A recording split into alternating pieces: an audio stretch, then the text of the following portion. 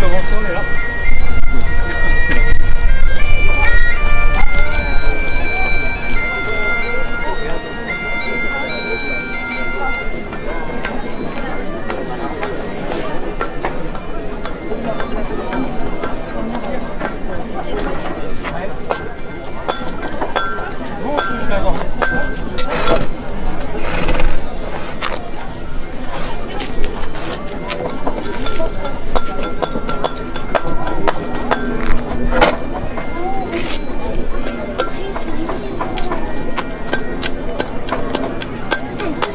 Comme ça que tu passes avec les gens.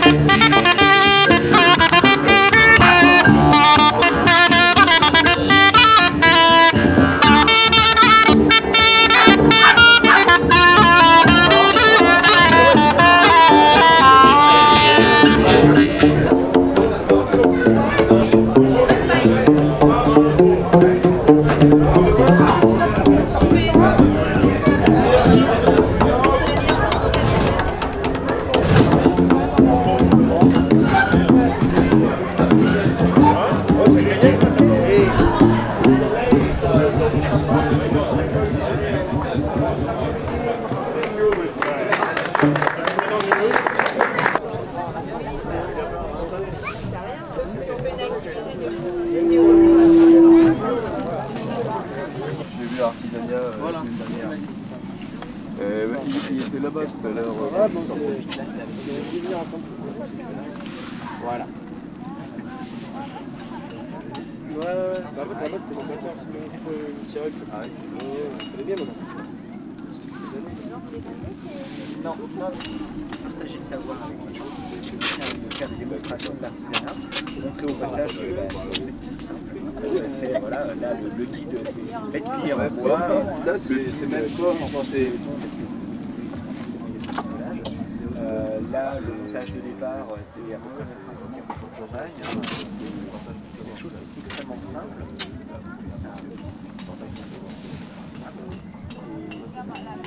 Non mais c'est mon gars, moi c'est pas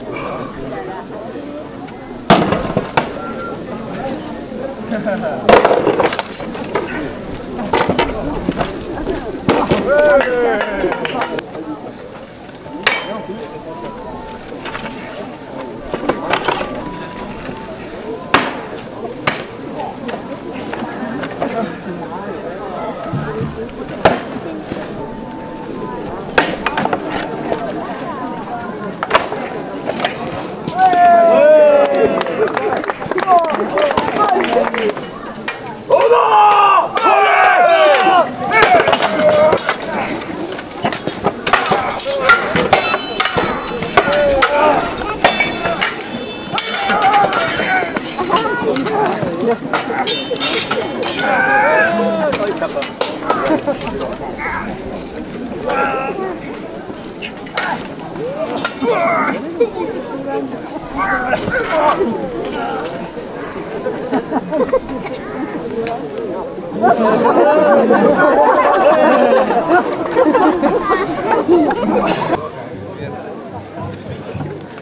Messieurs, dames, merci.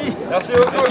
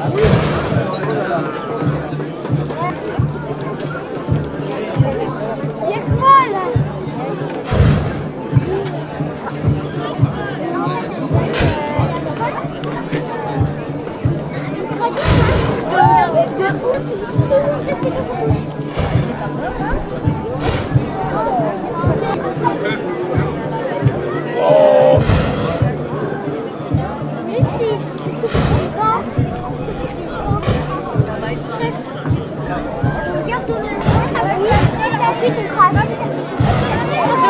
De l'eau pour... C'est pas de l'eau, c'est de l'eau. Faut l'étouffer. Cette casserole,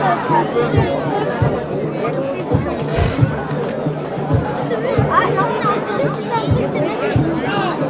La musique, c'est cercle de musique, il y a juste... ça, par contre, c'est magique, ça. Là, c'est le final. C'est le final.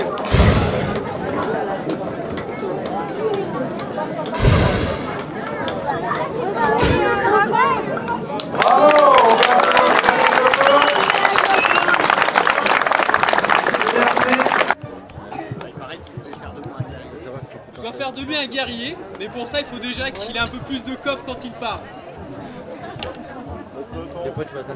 Montre le temps, jeune pourceau. Donc pour commencer, nous allons l'équiper d'un vêtement de défense de corps. Là vous voyez qu'il en a plusieurs. Il a le choix entre une cotte de maille, un élément qu'on retrouve dans toutes les cultures, pour l'époque qui nous intéresse, c'est-à-dire 9e, 10e siècle. À côté de ça, vous retrouvez une lamellaire en métal, vêtement beaucoup plus rare et qui pourrait appartenir à des peuplades qu'on appelle les peuples des steppes, notamment comme les Magyars, autre nom des Hongrois. Fais ton choix. On va aller direct au clinquant. Hein. Et ensuite...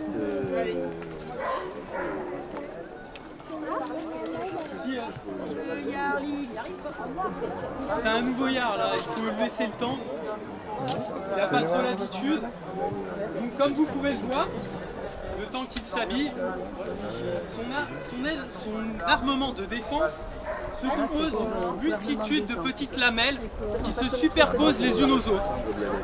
Cela donne un vêtement relativement souple d'un côté, mais extrêmement rigide sur la partie verticale. Le tout est solidarisé par des petites lanières qui peuvent être soit de cuir, soit de lin. Là, ceci n'est qu'une extrapolation, puisqu'on n'a pas retrouvé réellement ces liens, puisqu'avec le temps, ce sont des éléments putrescibles qui ont tendance à disparaître.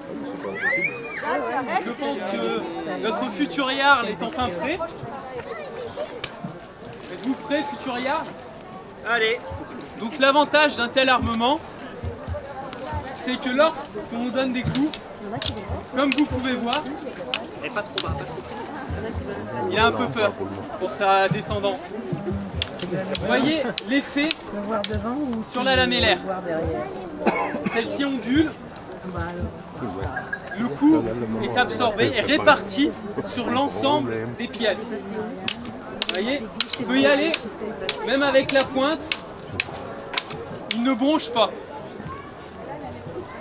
Maintenant, il n'a pas simplement cet élément pour se défendre.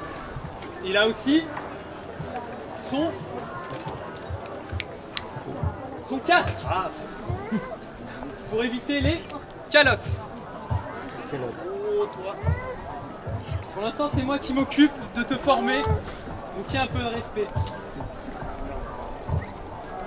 Il n'y a pas le modèle un peu plus prestigieux avec les grandes cornes là, c'est quand même vachement plus classieux, non? Vous voyez, j'ai encore beaucoup de travail sur ce jeune apprenti.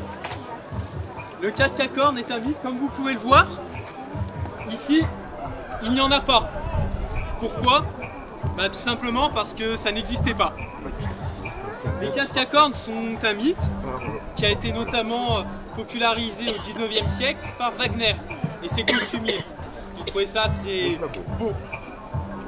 Nous, pour du 9-10e siècle, nous ne pouvons pas porter de casque à cornes. Pourquoi?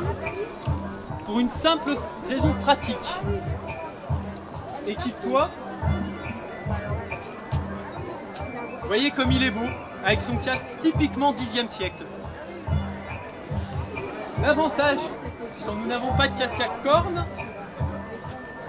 c'est que si nous donnons un coup sur le dessus du crâne, celui-ci est défléchi. Vous pouvez voir, le coup tombe sur les côtés. En revanche, imaginez une belle paire de cornes. Et bien l'inconvénient, c'est que ça reste. Et il suffit d'avoir des petits crochets, des petits ailerons, comme vous avez ici. Et là, la personne, vous l'amenez limite à terre et vous en faites ce que vous voulez. Donc je pense que jusqu'à maintenant, c'est relativement clair pour toi. Ça va, j'arrive à suivre. Arrive à suivre? Très bien. Maintenant, que veux-tu porter? Épée, hache, bouclier? Fais ton choix. On va commencer par continuer à se défendre, hein. Allez. Vous voyez ce qu'il a fait. Il est allé déjà 2 erreurs. Puisqu'il a dit, ah bah oui, il y a eu du travail. 2 erreurs, pourquoi? La première, il a dit qu'il allait chercher un élément de défense. Or, un bouclier avant tout, c'est un élément du combat. On se bat avec un bouclier, on n'encaisse pas, c'est une arme. Deuxième erreur, regardez le bouclier qu'il a pris, le plus beau. Vous n'êtes pas d'accord? Bien travaillé, bien ouvragé, il vient de se parer de son bouclier funéraire. Imaginez pour un Jarl qui veut réussir à grandir, ce que cela peut être comme méprise. Voilà, on peut distinguer plusieurs types de boucliers. On a des boucliers qui peuvent être faits exprès pour le combat, et d'autres au contraire qui vont accompagner le défunt dans la mort. Celui-ci est enterré généralement avec d'autres armes qui devront l'aider à combattre dans les troupes d'Odin. Maintenant, voyons comment il le porte. Voilà. Moi, je vais m'équiper d'une autre arme. Des réflexes. Voici ce qu'on pourrait appeler une danax, ce qu'on appellerait une hache danoise, d'où le terme de Dan-axe, la hache des Danois. Celle-ci très pratique, elle sera même utilisée par les gardes anglo-saxons d'Harold à la bataille d'Hastings, la garde personnelle. Maintenant, mettons en position. Voyez la position qu'il arbore. Position de stable, arme très solide, plus ferme. Voilà. Et par contre, mets-toi face à notre public. Le bouclier se compose d'une manipule. Celle-ci permet de jouer avec le bouclier, de le faire pivoter. L'avantage, il est bien protégé. Cependant, face à une danax, le bouclier peut être projeté, on peut le désarmer pour ensuite revenir ou le planter. Vous voyez encore l'utilité d'avoir une protection de corps. Là, nous n'avons pas la place, mais sinon, ce type de hache se fait tournoyer pour faucher les individus. Est-ce que cela te convient? Es-tu content? Ah, c'est pas très équitable si t'as ça et moi j'ai que ça. Hein. C'est pas très équitable, donc équipe-toi d'une autre arme. Donc, comme vous pouvez le voir, nous avons encore dans la logique. Je te surveille. Dans la logique, vous voyez, nous n'avons pas la hache à 2 tranchants qui a été aussi grandement popularisée. Nous avons un fer simple, comme une hache de bûcheron en fin de compte. Parce qu'avant tout, la hache, c'est un élément, un outil, et non une arme. C'est le premier outil en tant qu'arme. Ça peut permettre de couper le bois en plus que le bonhomme. Double utilité. Voyez comme il est équipé. Il nous a pris son bouclier ainsi qu'une épée. Malheureusement pour lui, l'épée n'est pas non plus de la meilleure facture qui soit. Ouais, très bien. Son épée, il dit qu'elle est très bien. Sauf que si je la prends, je peux la tourner. Vous voyez? En fait, au Xe siècle, dans ce qu'on appelle les âges sombres, entre guillemets, merci à nos collègues anglo-saxons pour cette dénomination, on retrouve différentes factures d'armes. Certaines d'une très haute qualité, du haut prestige, si je puis dire, comme celle qu'il est en train de s'équiper, et d'autres au contraire qui sont d'une qualité beaucoup moindre. Donc tout dépend en fin de compte de son statut social. Et tout, beau comme il est, et nous voilà, le voilà paré de un casque pour lui défendre la tête, du moins ce qu'il y a dedans, et après son bouclier. Lui se retrouve maintenant équipé pour la guerre. C'est un jarl, un chef de clan, un chef de guerre. Donc il doit être à la hauteur du renom qu'il veut acquérir. Donc pour ça, on va voir un peu comment il se défend en lui assénant simplement un petit coup d'épée. Voilà, là le bouclier a été utilisé comme arme et il n'a pas attendu que le coup vienne. Donc là, on peut dire qu'on a quand même un bon jarl en devenir qui vient d'apprendre sa première leçon sur les choses de la vie.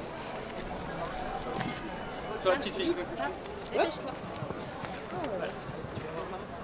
Non, elle peut passer derrière.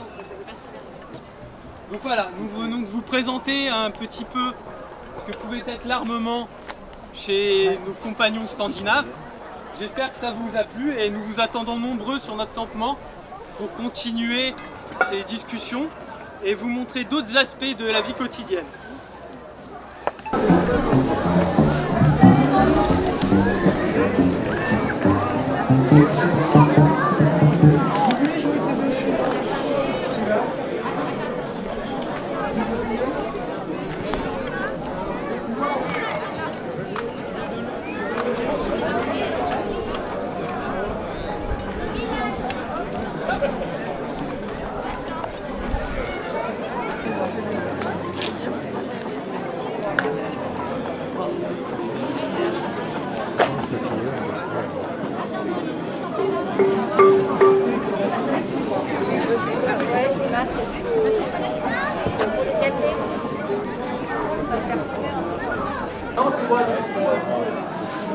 Ah non, c'est de la sortie.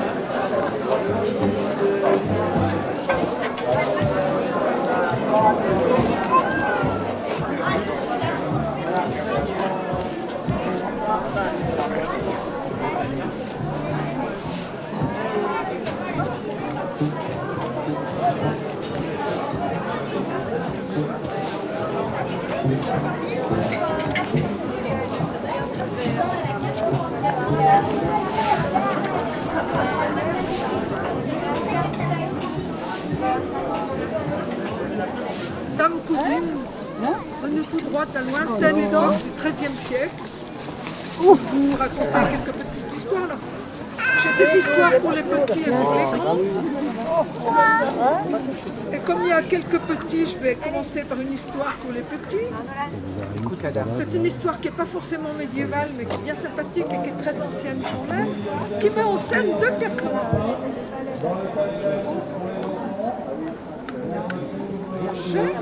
Vous voulez que je laisse la place ou pas? Deux petits personnages sympathiques, il y a un souriceau et une sourisette. Donc vous avez vu le souriceau, il n'est pas très joli, il a un gros nez, hein, il a le poil un peu rêche. La sourisette, elle est quand même charmante, elle est souriante, elle a des petites peluches de couleur. Vous voyez quand même, on ne peut pas dire que ça fasse un joli couple, mais ils sont complémentaires. Hein? Donc dans cette histoire, eh bien, ça commence de cette manière. Le souriceau, un jour, frappe à la porte de la sourisette et il lui dit « Sourisette, est-ce que tu voudrais m'épouser ?» Elle le regarde. Elle dit « Oui, il n'est pas très joli finalement. » Et puis, j'ai de meilleures ambitions, j'aimerais bien épouser quelqu'un de très puissant, quelqu'un de très fort, quelqu'un de beau. Et franchement, ce petit souriceau, franchement, ce petit souriceau, il n'est pas très beau. Alors la petite sourisette, elle décide d'aller chercher quelqu'un de très fort, de très puissant. Alors elle part sur les chemins. Et elle se dit, mais quel est le personnage le plus fort du monde? Finalement, elle voit le soleil. Alors elle monte vers le soleil, elle lui dit, Soleil, Soleil, toi qui es le plus puissant personnage du monde, toi qui réchauffe le monde, toi qui fais pousser l'herbe, toi qui fais fleurir les fleurs, toi qui nous réchauffe, toi qui nous donne la joie, tu es le plus puissant personnage du monde. Est-ce que tu voudrais m'épouser? Le soleil la regarde et lui dit, ma petite sourisette, tu es très belle et j'aimerais bien t'épouser, mais tu sais, je ne suis pas le plus fort personnage du monde. Tu vois le nuage qui passe là-dessous, il est plus fort que moi. Et quand il passera devant moi, il va me cacher et plus personne ne me verra. Le monde sera triste et je ne pourrai rien faire. Très franchement, non, je ne suis pas le plus fort personnage du monde. Viens demander au nuage qui est là-dessous. La petite souris, elle descend vers le nuage et lui dit « Nuage, nuage, toi qui es plus fort que le soleil, tu es donc le plus puissant personnage du monde. Est-ce que tu voudrais bien m'épouser ?» Le nuage la regarde et lui dit « Ma pauvre sourisette, je voudrais bien t'épouser, mais je ne suis pas le plus fort personnage du monde, donc c'est pas possible. » Tu vois le vent qui arrive là-bas, il va souffler tellement fort qu'il va m'éparpiller en 1000 morceaux et il ne restera plus rien de moi. Va plutôt demander au vent. Oh, elle ne se démonte pas, la petite souris, elle part, elle va vers le vent. Elle lui dit, vent, toi qui es plus fort que le nuage, qui es plus fort que le soleil, est-ce que tu voudrais m'épouser? Ah, le vent lui dit, tu sais, petite souris, tu es charmante et très franchement, j'aimerais beaucoup t'épouser, mais tu sais, je ne suis pas le plus fort personnage du monde. Va plutôt demander à cet arbre-là. Il y a des siècles et des siècles que je souffle dessus et je ne suis pas arrivée à le faire plier d'1 millimètre. Va plutôt demander à cet arbre. La petite souris, elle ne se décourage pas, elle va vers l'arbre, elle lui dit « Arbre, arbre, toi qui es plus fort que le vent, qui est plus fort que le nuage, qui est plus fort que le soleil, tu es donc le plus fort personnage du monde. Est-ce que tu voudrais m'épouser ?» Oh, l'arbre lui dit, tu sais, franchement, tu es charmante, mais c'est pas l'envie qui me manque. Hein. Mais malheureusement, je peux pas. Je ne suis pas le plus fort personnage du monde. Tu vois le lierre qui grimpe contre mon tronc. Tu sais ce que c'est du lierre? Il y en a contre les arbres. C'est une plante qui grimpe contre des arbres. Donc ce lierre qui grimpe contre mon tronc, quand il aura fini de m'envahir, il va m'étouffer et je vais mourir. Va plutôt demander au lierre. La petite souris, elle ne se décourage pas, elle a beaucoup de courage, et à un moment qu'elle tourne, qu'elle va demander à tout le monde, mais elle se dit, je vais bien finir par trouver. Elle va vers le lierre, elle lui dit, lierre, toi qui es plus fort que l'arbre, qui est plus fort que le vent, qui est plus fort que le nuage, qui est plus fort que le soleil. Tu es donc le plus fort personnage du monde. Est-ce que tu voudrais bien m'épouser?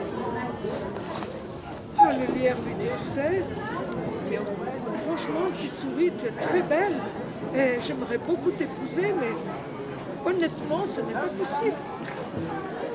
Parce que, tu vois, il y a quelqu'un qui est en train de ronger mes racines là en bas, et quand il aura fini de ronger, je vais mourir. Alors la petite souris elle descend, elle se décourage pas, et qui elle voit, qui était en train de ronger les racines? Le souriceau. Ah, elle va vers lui, elle lui dit, souriceau, toi qui es plus fort que le lierre, qui est plus fort que l'arbre, qui est plus fort que le nuage, plus fort que le vent, plus fort que le nuage, plus fort que le soleil, est-ce que tu voudrais l'épouser? Le souriceau lui dit, bah, depuis le temps que je te demande, t'as encore pas compris? Voilà. Et ils se marièrent, et ils vécurent heureux jusqu'à la fin de leur jour. Elle n'est pas belle cette histoire. Bravo. L'acier s'est amélioré, on a réussi à faire des aciers de meilleure qualité. Et ça nous a permis de créer des armes comme le Dussac. Le Dussac, Prost, arrive à venir de ouais. Il vient de ce côté-là. Le Dussac. Le Dussac, il va avoir comme utilité sa courbure. Je bafouille un petit peu des fois, c'est pas grave, c'est normal. Faites semblant d'avoir rien vu. Parce que comme ça, quand il bloque, moi je vais gentiment venir jouer avec la courbure pour venir lui choper la main. Et puis même, en admettant qu'il n'ait pas le temps et qu'il bloque très très proche, on vient directement choper la clavicule. Du coup, c'est là tout le principe. Et même si c'est lui qui me bloque, je viens, si c'est moi qui bloque, je peux venir quand même pareil aussi, tourner tout autour de sa main. Et donc, on a eu ce genre d'arme qui a été fait, et logique, si les aciers deviennent de meilleure qualité, ils deviennent plus solides. Ce qui nous permet d'avoir des armes de plus en plus fines, comme par exemple le fleuret. On a tous vu des films de mousquetaires. Hein. C'est gentil, c'est sympa. On fait surtout pour faire des trous, mais celui-là, il était encore tranchant. Non, un fleuret, c'était vraiment très épais comme ça. Enfin, une rapière, pardon. Oula. Le fleuret, effectivement, est en général très très fin. Alors celui-là, c'en est un qui est complètement moderne, avec une jolie petite poignée ergonomique. On pourrait penser que c'est bizarre, mais sérieusement quand on l'a dans la main, on se rend compte qu'il est extrêmement confortable si vous voulez essayer. Voilà, la modernité, ce que ça a fait. Voilà. Et du coup, bah, ça, on va venir gentiment piquer.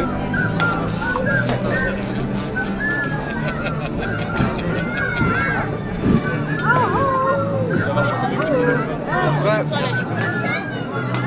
pour ce qui est des armes, il n'y avait pas uniquement ce qui faisait de faire des trous dans les gens ou de les couper. On pouvait aussi taper très fort. Du coup, on a commencé à créer des masses.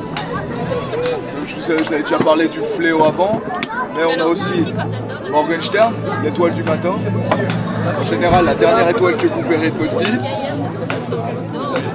Et les petites masses à ailettes. Elles sont quand même assez légères, justement de par ces petits trous qui servent non seulement de décoration, mais surtout pour avoir moins de prise au vent quand on frappe. Comme ça évite d'être freiné dans le vent. Et si on veut rester dans le fait de mettre des gros pains, on a la massette de cavalerie. Celle-là, on la lance. En général, elle est géniale quand on est à cheval, en plein galop, avec la vitesse du cheval plus le mouvement, on la fait tourner un coup et on se prend dans les branches. On la fait tourner un coup, on la lâche comme à la pétanque, un beau pointé. Et ça fait bien plus que casser une jambe. Hein. Si on le lance bien fort, à pleine vitesse sur le cheval, on peut facilement coucher 2 ou 3 soldats d'un coup. toujours, si vous n'avez pas envie de regarder votre adversaire dans le blanc des yeux, bah, vous pouvez opter sur les haches de lancer. Le principe avec celle-là, si on veut vraiment que ça soit optimal quand on la lance, il va falloir s'arranger pour que la hache fasse uniquement un tour.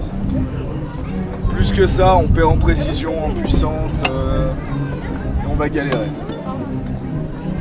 Puis après, il faut savoir que toutes ces armes, beaucoup étaient utilisées en même temps. Par exemple, vous pouvez très bien avoir des gens qui étaient un chevalier, par exemple, qui étaient entraînés à utiliser beaucoup de types d'armes différents. On avait les piques. Alors, le manche est un peu court sur celle-là. Savoir que les piques, en général, c'était des manches de 3 mètres et on pouvait carrément aller jusqu'à des manches de 9 mètres, voire 10. Pour arrêter les cavaleries, en général, on avait intérêt à bien les tenir. Et ça permettait d'arrêter facilement. Ce qui était toujours très bien si on utilisait ça avec des hallebardes. Si on utilisait ça avec des hallebardes, alors malheureusement ici on a juste un couteau de brèche pour l'instant. Mais c'était très efficace en appui avec un carré de piquet. Parce qu'on a les premières rangées qui abaissent les piques, repousser l'adversaire. Et si jamais il s'approche trop, on avait les rangs derrière qui étaient prêts. Et dès que l'adversaire était à portée, on laissait juste descendre. Ah, c'est guillotine. Là, si vous voulez gentiment rigoler, qu'est-ce qu'on peut voir?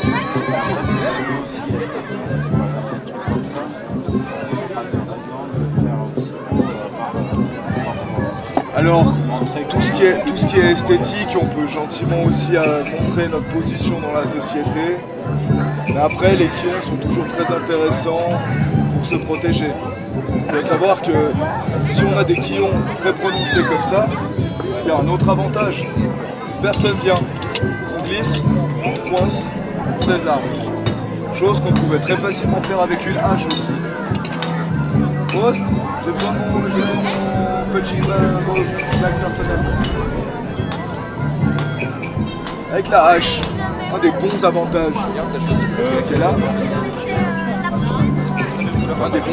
qu'elle a, la hache, c'est qu'on va venir coincer nombreuses couleurs et on peut gentiment le dégager, soit le repousser et puis venir droit dedans.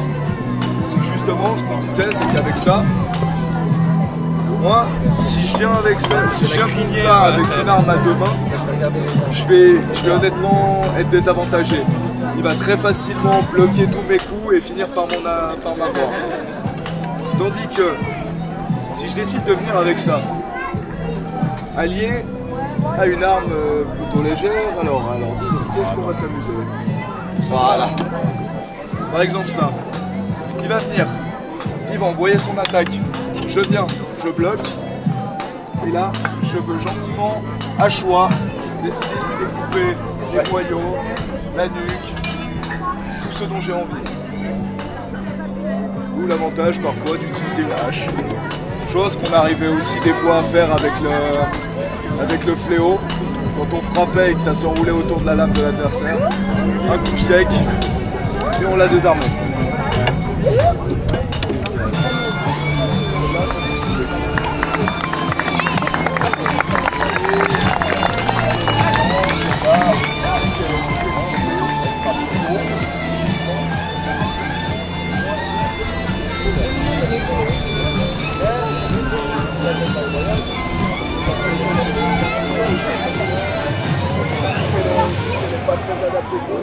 C'est comme ça pour partir? Comme ça je dis on va.